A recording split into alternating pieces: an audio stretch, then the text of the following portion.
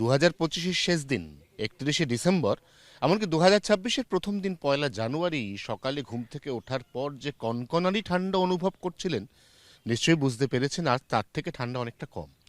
এই পরিস্থিতি চলবে অন্তত আগামী সোমবার পর্যন্ত। মঙ্গলবার থেকে আবারও একটু একটু করে নামবে রাতের তাপমাত্রার পারদ। দিনের তাপমাত্রা অনেকটাই বেড়ে গেছে। একটা সময় ছিল, আরও স্পেসিফিক্যালি বলতে গেলে গত বৃহস্পতি শুক্রবার, যখন দিনের সর্বোচ্চ তাপমাত্রা এই সময়ের স্বাভাবিক তাপমাত্রার থেকে 8 ডিগ্রি কম ছিল। তারপর 5 ডিগ্রি 6 ডিগ্রি পর্যন্ত দিনের তাপমাত্রা কমই থেকেছে। ফলে দিন এবং রাতে জমজমাট শীতের আবহ তৈরি হয়েছিল 2025-এর একেবারে শেষ লগ্নে এবং 2026-এর প্রারম্ভিক লগ্নে।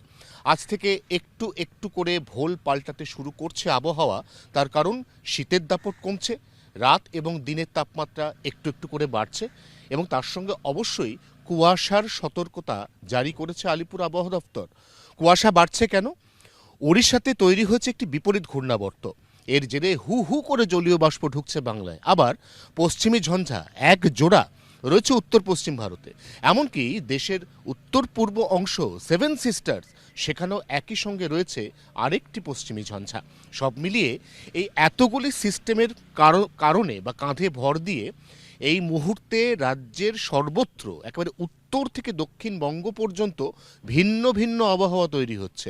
যেমন দার্জিলিং, কালিম্পং, জলপাইগুড়ি, আলিপুরদুয়ার, এই 4টে জেলা আজকে বৃষ্টি পেতে পারে এমন পূর্বাভাস রয়েছে।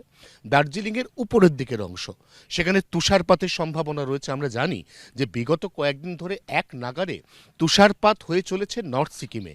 এমনকি দার্জিলিং তার অনেকটা ওপরের দিকের অংশ, অর্থাৎ মানেভঞ্জন, ধোত্রে, সান্দাকফু, এই জায়গাগুলিতেও আজ রাতেই তুষারপাতের প্রভূত সম্ভাবনা জানাচ্ছে আলিপুর আবহাওয়া দপ্তর। আবার যদি আরেকটু দক্ষিণে নেমে আসেন, উত্তরবঙ্গের সমতলের জেলা মালদা, 2 দিনাজপুর, কোচবিহার, সেখানেও কিন্তু একই সঙ্গে বাড়ছে কুয়াশার প্রকোপ। রাজ্যের দক্ষিণবঙ্গের দিকে যত এগোবেন ততই যেন কুয়াশার দাপট আরও বাড়বে। পশ্চিমাঞ্চলের জেলা, যার মধ্যে রয়েছে পুরুলিয়া, বাঁকুড়া, পশ্চিম বর্ধমান, ঝাড়গ্রাম, এই জেলাগুলিতেও একই সঙ্গে তৈরি হতে চলেছে ঘন কুয়াশার দাপট। সকালের দিকে পশ্চিমাঞ্চলের কোনো কোনো জেলায় আগামী 72 ঘন্টায় দৃশ্যমানতা এমনকি 50 মিটারে নেমে আসতে পারে।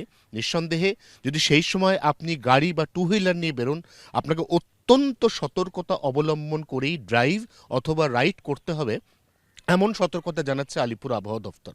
গাঙ্গেয় দক্ষিণবঙ্গের কলকাতা, হাওড়া, হুগলি, নদিয়া, 2 24 পরগনা, সেখানে হালকা থেকে মাঝারি কুয়াশা থাকছে। কিন্তু যেহেতু এই যে বললাম উড়িষ্যায় তৈরি হয়েছে বিপরীত ঘূর্ণাবর্ত, এর জেরে এই রাজ্যের উপকূলের জেলা অর্থাৎ পূর্ব মেদিনীপুর এবং দক্ষিণ 24 পরগনা, সেখানে ভোরের দিকে কার্যত কিছু দেখাই যাবে না, এরকম একটা পরিস্থিতি তৈরি হবে। তবে এই পরিস্থিতি আবার পাল্টাবে মঙ্গলবার রাতের পর থেকে।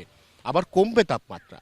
প্রথমে রাতের তাপমাত্রা একটু একটু করে কমবে, তারপর দিনের তাপমাত্রা যা এই সময় প্রায় স্বাভাবিকের পর্যায়ে পৌঁছে গেছে, সেটাও আরেকটু কমবে।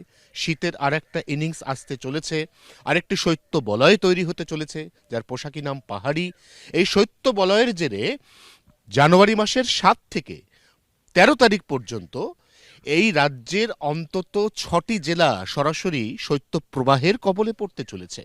এর মধ্যে উত্তরবঙ্গের 3 এবং দক্ষিণবঙ্গের পশ্চিমাঞ্চলের 3, সব মিলিয়ে সরাসরি পড়তে চলেছে শৈত্যপ্রবাহের কবলে।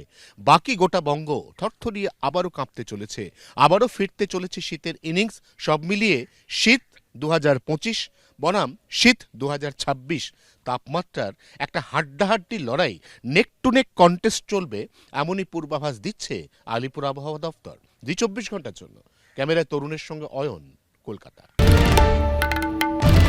বাংলার আওয়াজ, বাঙালির আবেগ, জি 24 ঘন্টা।